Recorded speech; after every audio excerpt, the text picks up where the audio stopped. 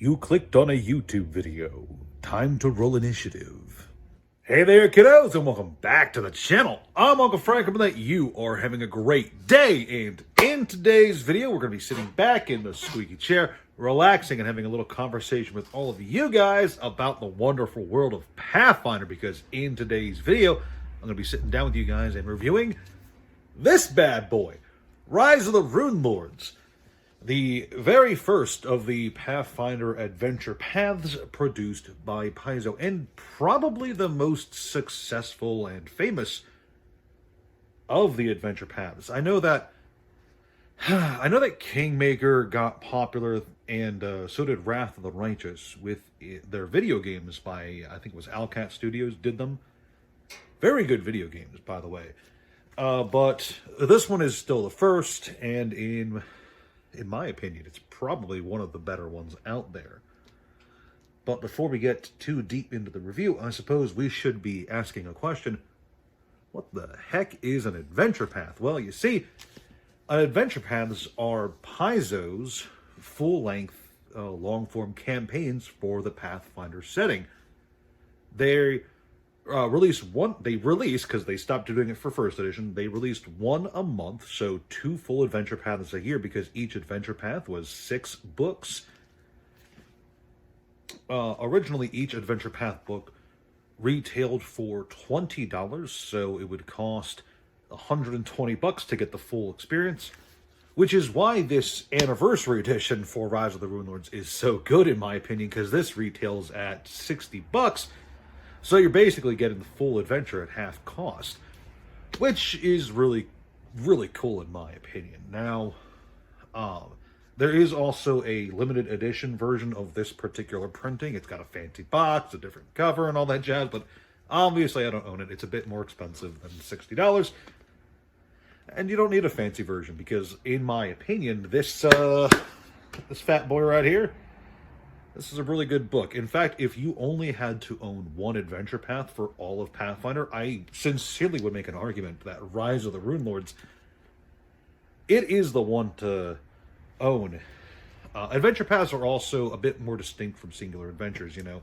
Adventure paths, even individual books, while they are intended to be played, they can be played one-off, like a smaller adventure like Cult of the Avon Destroyer is a very thin book. It can be played as a one-off. Individual chapters of adventure paths can be played as one-offs as well, but they are intended to be played in a row, one chapter following the next, to get a really nice, really satisfying story experience. With a lot of them, like I said, a lot of them are really good. It's just that I think this is one of the better ones. It's also one of the more interesting ones because this one really has a nice high fantasy feeling. It really captures that like Conan long adventure sensation. Like maybe Lord of the Rings would be another good way to to really summarize it. The players start off in a place called Sandpoint, which is a popular location in the world of Pathfinder. Now that I think about it, this is one of 2 adventure paths I know about, the other being Jade Regent, which have a starting point in Sandpoint. Sandpoint is the name of a town, yes. Popular place. But the adventure itself, after the starting location, it takes the players all over Galarian, the in-game world, going on all kinds of adventures that range from stopping goblin attacks on a town, to figuring out a murder mystery, to eventually putting the stop to the revival plans of some ancient non-Atlantis wizards. I don't want to go into spoilers too much, but there is a lot that goes on in this book, in all 6 of these books composed into one. And I'm going to say, even beyond the adventure paths themselves being solid, I think this reprint of Rise of the Runelords is pretty good because it includes all of the original information, updates it a bit because Pathfinder, when it started, is a bit different from Pathfinder when this was reprinted. It was a bit closer to 3.5 Dungeons and Dragons than it is now. But there's a lot of different stuff in here. A bunch of rules for the campaign itself. There's the maps, which are really nice, really high detailed. There's a load of information on NPCs, enemies. There's a small bestiary at the very back of the book. There's options for continuing the adventure after you've defeated the final bad guy and solved the big crisis. There's lots of combat, obviously, but there's also lots of role-playing opportunities because Pathfinder is a role-playing game. There's lots of role-playing opportunities with different ways characters can be interacted with, how certain scenes throughout the adventure can play out, as well as like offering suggestions. For instance, there's some enemies that could, in theory, survive encounters or escape the players in a big fight scene. So the adventure path offers suggestions on how they could show up later, what kind of tactics they might employ if they survive a fight with the players, etc. Now, if you're a super gung-ho player, if you're super aggressive or a min-maxer, most of the enemies, I'm going to be honest, this is so early on into Pathfinder's lifespan. It is, again, the first adventure path. So from a pure difficulty standpoint, a lot of the later classes and archetypes and a lot of later character creation options, feats, and all that jazz, they weren't around when this was made. So there's a lot of stuff later on, like the gunslinger was definitely not something that Paizo was thinking about when they initially created this adventure path, or like the swashbuckler, the samurai, the cavalier. So there's a lot of encounters here that were probably a lot harder when the adventure path was first printed than it is now.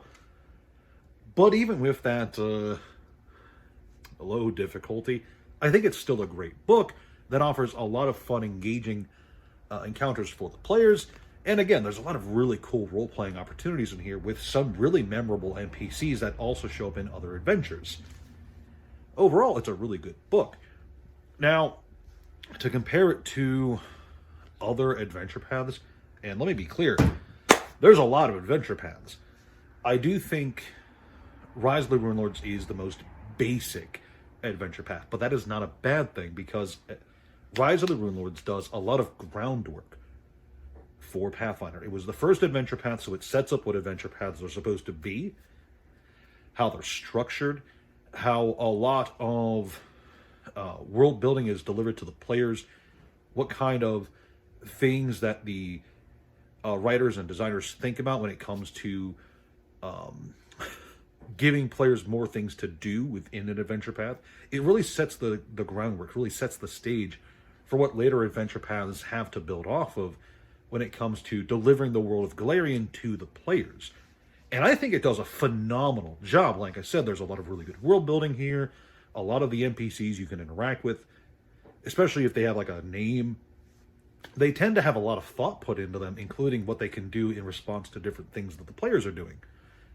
Not just the NPC friendlies, but a lot of the enemies as well have really detailed stories that you can really read into if you are super into it. And just as for someone like me, someone who likes lore, someone who likes reading more about the world and getting immersed in the story, that's really good. And whether or not you like it, the immersion aspect of a role-playing game, the fact that so much thought is put into it, so much effort was put in by Paizo's writers to really flesh out the world of Golarion through Rise of the Runelords, it shows you the kind of dedication and care they had for it, and how much effort was going into making the first adventure path really solid. And I do think it's one of the better ones. There are some other good ones that I like.